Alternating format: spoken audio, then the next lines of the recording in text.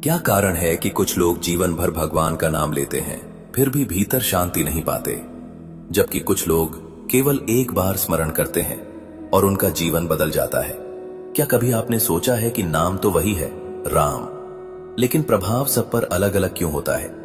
क्या ईश्वर का नाम केवल शब्द है या उसमें कोई ऐसी शक्ति छुपी है जो सही स्थिति में ही प्रकट होती है? क्या यह संभव है कि हम वर्षों से जप कर रहे हों लेकिन सही तरीके से नहीं कर रहे हों? और सबसे बड़ा प्रश्न, क्या कारण है कि शास्त्र बार बार कहते हैं नाम जप ही मुक्ति का मार्ग है, फिर भी अधिकांश लोग उसी नाम के साथ जीवन भर जुड़े रहने के बाद भी भीतर परिवर्तन क्यों अनुभव नहीं कर पाते? इन प्रश्नों का उत्तर समझने के लिए हमें एक मूल बात को समझना होगा कि ईश्वर का नाम केवल उच्चारण नहीं है, यह एक स्थिति है, और जब तक वह स्थिति नहीं बनती तब तक नाम का प्रभाव सीमित रहता है।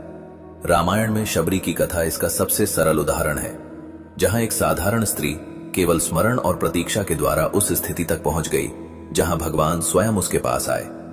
लेकिन इस कथा का सार केवल इतना नहीं है कि भगवान ने उसके जूठे बेर खाए, बल्कि यह है कि शबरी की चेतना उस स्तर तक पहुंच चुकी थी जहां उसका हर कार्य स्मरण बन गया था।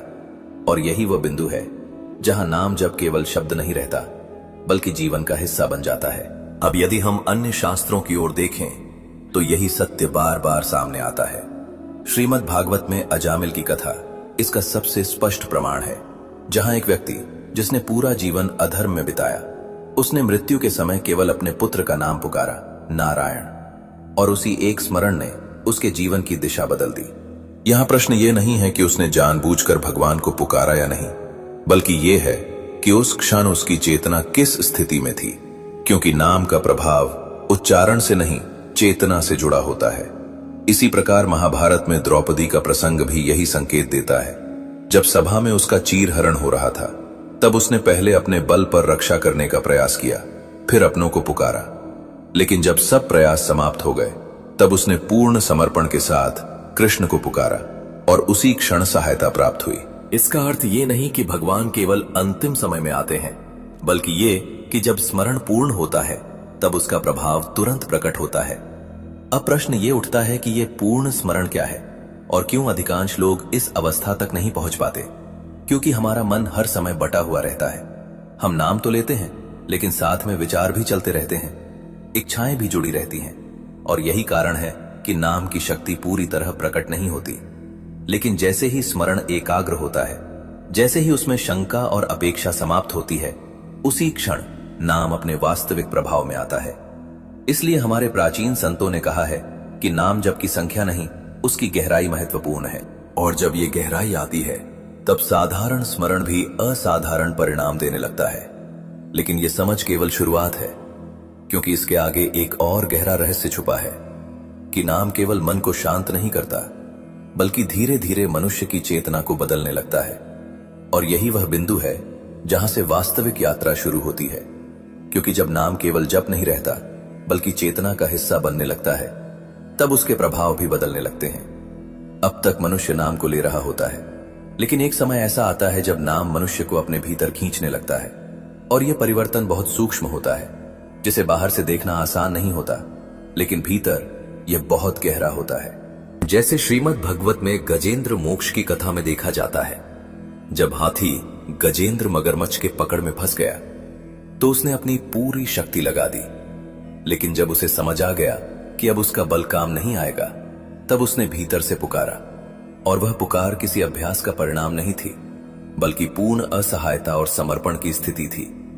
और उसी क्षण भगवान विष्णु प्रकट हुए। यहां ध्यान देने वाली बात यह है कि गजेंद्र ने वर्षों तक कोई साधना नहीं की थी, लेकिन उस एक क्षण का स्मरण इतना गहरा था कि उसने तुरंत परिणाम दिया। यही बात हमें यह समझाती है कि नाम का प्रभाव समय से नहीं, गहराई से जुड़ा है। इसी प्रकार वाल्मीकि ऋषि की कथा भी एक महत्वपूर्ण संकेत देती है, जो पहले एक डाकू थे और उन्हें राम नाम जपने के लिए कहा गया, लेकिन वे उसे सीधे बोल नहीं पाए, तो उन्हें मरा मरा जपने के लिए कहा गया, और निरंतर जप करते करते वही ध्वनि राम में परिवर्तित हो गई, और धीरे धीरे उनकी चेतना बदलती चली गई। यहां यह स्पष्ट होता है कि प्रारंभ में शब्द महत्वपूर्ण नहीं होता, लेकिन निरंतरता और एकाग्रता उस शब्द को शक्ति में बदल देती है। और यही कारण है कि साधारण व्यक्ति भी असाधारण अवस्था तक पहुंच सकता है। अब यदि हम प्रहलाद की कथा को देखें तो वहां भी यही सत्य दिखाई देता है। जहां एक बालक हर परिस्थिति में भगवान का स्मरण करता रहा, चाहे उसे डराया गया हो या कष्ट दिया गया हो, उसका स्मरण कभी टूटा नहीं और अंत में वही स्मरण उसकी रक्षा का कारण बना। इससे ये स्पष्ट होता है कि नाम केवल शांति देने के लिए नहीं है, बल्कि वो एक ऐसी शक्ति है जो मनुष्य को हर परिस्थिति में स्थिर रख सकती है।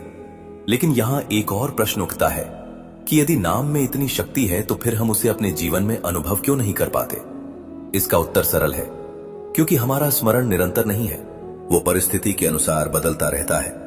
हम सुख में भगवान को भूल जाते हैं और दुख में उन्हें याद करते हैं, जबकि शास्त्र कहते हैं कि स्मरण हर परिस्थिति में समान होना चाहिए। और जब यह स्थिरता आती है तब नाम धीरे धीरे मनुष्य के स्वभाव का हिस्सा बन जाता है। और जब यह स्थिति आती है तब नाम जप करने की आवश्यकता भी नहीं रहती, क्योंकि हर श्वास, हर विचार और हर क्रिया में वही स्मरण चलता रहता है। और यही वो अवस्था है जिसे संतों ने सहज भक्ति कहा है। लेकिन यह अंत नहीं है, क्योंकि इसके बाद एक और गहरी समझ आती है कि जब स्मरण इतना गहरा हो जाता है तब मनुष्य और नाम के बीच का अंतर समाप्त होने लगता है। और यही वह रहस्य है जहां बहुत कम लोग पहुंच पाते हैं, क्योंकि यहां तक आते आते साधना बदलने लगती है। अब तक मनुष्य नाम का स्मरण कर रहा था, लेकिन इस अवस्था में नाम स्वयं चेतना में प्रवाहित होने लगता है। और यही वो स्थिति है जिसका संकेत श्रीमद् भगवद गीता में मिलता है, जब भगवान कहते हैं, अनन्यास चिंतयन्तो मां ये जना पर्युपासते तेषाम नित्याभियुक्तानाम योगक्षेमम वहाम्यहम्। अर्थात जो मनुष्य निरंतर बिना किसी अन्य विचार के मेरा चिंतन करता है, उसके जीवन का भार मैं स्वयं संभाल लेता हूं। यहां अनन्य शब्द अत्यंत महत्वपूर्ण है, क्योंकि इसका अर्थ है जिसमें कोई दूसरा विकल्प न हो, कोई दूसरी दिशा न हो, केवल एक ही स्मरण हो। जब मन इस स्थिति में आता है तब वह भटकता नहीं है, और जैसे ही भटकाव समाप्त होता है वैसे ही भीतर एक स्थिरता उत्पन्न होती है जो साधारण शांति से अलग होती है। यह शांति किसी परिस्थिति पर निर्भर नहीं होती, बल्कि यह भीतर की अवस्था बन जाती है। इसी सत्य को हमें ध्रुव की कथा में भी देखने को मिलता है, जहां एक बालक अपमानित होकर वन में गया, लेकिन उसका स्मरण धीरे धीरे इतना केंद्रित हो गया कि उसकी चेतना बदल गई और अंततः उसे वही प्राप्त हुआ जिसकी उसने कल्पना भी नहीं की थी। यहां एक बात समझना आवश्यक है कि ध्रुव को केवल दर्शन नहीं मिले, बल्कि उसकी स्थिति ही परिवर्तित हो गई, और यही स्मरण की वास्तविक शक्ति है। अब यदि हम तुलसीदास के वचनों को देखें तो उन्होंने स्पष्ट कहा है, राम नाम मणि दीप धरु जीह देहरी द्वार, अर्थात जिह्वा के द्वार पर राम नाम का दीपक रखो, जिससे भीतर और बाहर दोनों प्रकाशित हो जाएं। ये केवल काव्य नहीं है, बल्कि एक गहरा संकेत है कि जब नाम निरंतर जागरूकता के साथ जुड़ जाता है तब वह अज्ञान के अंधकार को धीरे धीरे समाप्त करने लगता है। लेकिन यहां एक और सूक्ष्म बिंदु छुपा है जिसे समझना आवश्यक है, क्योंकि अधिकांश लोग नाम जप को केवल दोहराव मान लेते हैं, जबकि वास्तविकता यह है कि हर बार स्मरण के साथ मन की परतें खुलती हैं। पहले स्तर पर शब्द सुनाई देता है, दूसरे स्तर पर अर्थ स्पष्ट होता है, और तीसरे स्तर पर शब्द और अर्थ दोनों लुप्त होने लगते हैं और केवल अनुभव बचता है। यही कारण है कि संतों ने कहा है कि नाम जप की गहराई को समझे बिना केवल संख्या बढ़ाने से कोई विशेष परिवर्तन नहीं आता। अब यदि हम इस सत्य को और स्पष्ट रूप से समझें तो हमें यह देखना होगा कि जब मनुष्य किसी भी नाम का स्मरण करता है तो प्रारंभ में उसका ध्यान बाहर रहता है, लेकिन जैसे जैसे अभ्यास गहराता है ध्यान भीतर की ओर मुड़ने लगता है, और यही वह मोड़ है जहां साधना का वास्तविक स्वरूप बदलता है। क्योंकि अब मनुष्य खोज नहीं रहा होता, बल्कि अनुभव करना शुरू कर देता है, और जब यह अनुभव स्थिर होने लगता है तब एक और परिवर्तन होता है, जहां मनुष्य को यह प्रतीत होता है कि वह स्वयं स्मरण नहीं कर रहा, बल्कि स्मरण अपने आप हो रहा है। यही वो स्थिति है जिसे संत कबीर ने बहुत सरल शब्दों में कहा, जप माला पर जप नहीं, मन का फेर। अर्थात बाहरी जप से अधिक महत्वपूर्ण है भीतर का परिवर्तन, और जब यह परिवर्तन पूर्ण होता है तब नाम और साधक के बीच का अंतर मिटने लगता है, और यहीं से वो अवस्था प्रारंभ होती है जहां भक्ति अपने उच्चतम रूप में प्रवेश करती है। और इसी के साथ एक नया प्रश्न खड़ा होता है कि जब साधक और नाम के बीच का भेद समाप्त हो जाता है तब अनुभव किसका रह जाता है और स्मरण किसका चलता है। यही इस रहस्य का अगला द्वार है।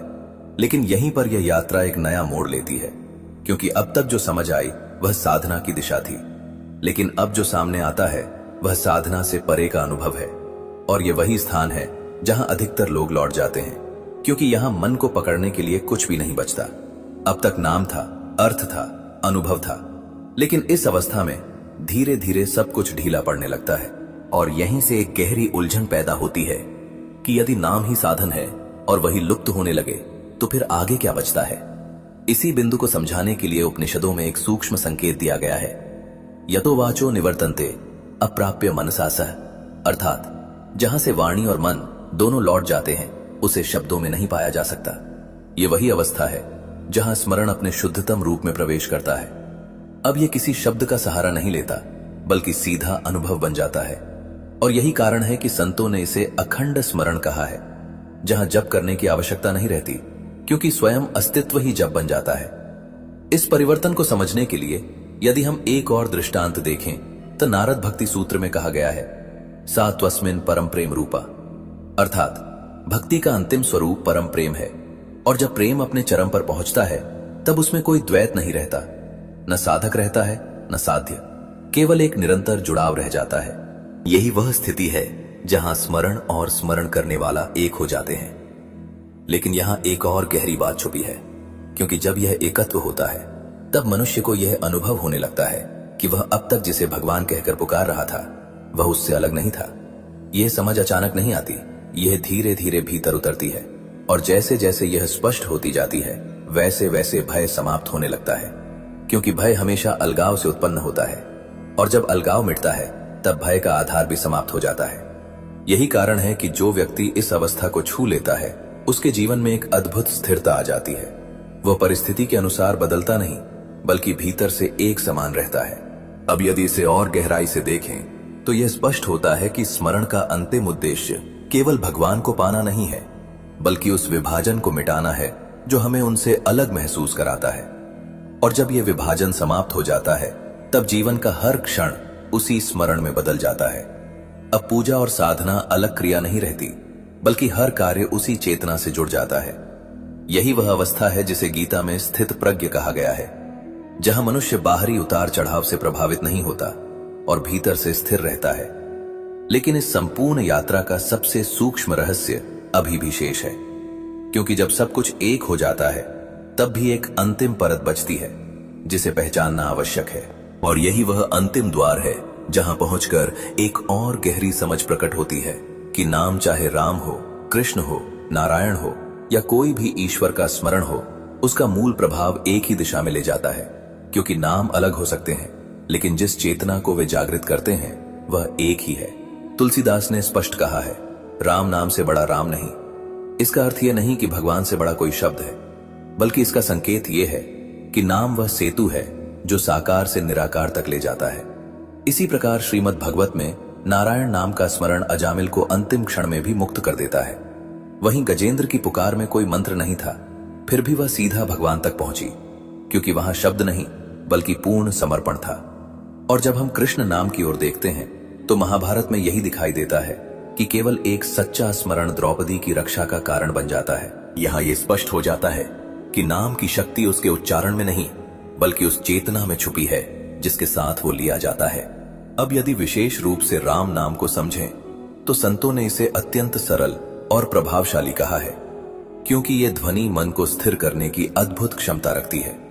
संत कबीर ने कहा, राम नाम की लूट है, लूट सके तो लूट। इसका अर्थ बाहरी नहीं है, बल्कि यह संकेत है कि यह अवसर हर क्षण उपलब्ध है, लेकिन मनुष्य उसे पहचान नहीं पाता, क्योंकि उसका ध्यान बाहर की दुनिया में उलझा रहता है। और यही कारण है कि कलयुग में नाम स्मरण को सबसे सरल मार्ग बताया गया है, क्योंकि इस युग में न तो तप संभव है न गहन योग साधना, लेकिन नाम स्मरण हर परिस्थिति में किया जा सकता है, चाहे मन अशांत हो या परिस्थितियां कठिन हो। अब प्रश्न ये नहीं है कि कौन सा नाम लिया जाए, बल्कि यह है कि उसे किस भाव से लिया जाए, क्योंकि वही भाव उसे साधारण से असाधारण बनाता है। यदि मन भटका हुआ है तो नाम केवल शब्द रहेगा, और यदि मन एकाग्र है तो वही नाम अनुभव बन जाएगा, और यदि मन पूर्ण समर्पित है तो वही नाम साधक को उसके वास्तविक स्वरूप तक पहुंचा देगा। यही कारण है कि संतों ने बार बार कहा कि नाम को केवल दोहराओ मत, उसे जियो, उसे हर श्वास में उतारो, हर कार्य में जोड़ो, क्योंकि जब नाम जीवन का हिस्सा बन जाता है तब साधना अलग से करने की आवश्यकता नहीं रहती और धीरे धीरे वही स्मरण मनुष्य के स्वभाव में उतर जाता है। और यही इस संपूर्ण रहस्य का सार है कि ईश्वर को पाने के लिए किसी विशेष स्थान या समय की आवश्यकता नहीं है, केवल एक सच्चे और निरंतर स्मरण की आवश्यकता है। इसलिए यदि कलयुग के मनुष्य के लिए कोई अंतिम उपदेश हो तो वो यही है कि बाहरी जटिलताओं में उलझने के बजाय नाम को अपने जीवन का आधार बनाओ, लेकिन उसे केवल शब्द की तरह नहीं बल्कि जागरूकता और समर्पण के साथ लो, क्योंकि वही नाम धीरे धीरे तुम्हें तुम्हारे वास्तविक स्वरूप तक ले जाएगा।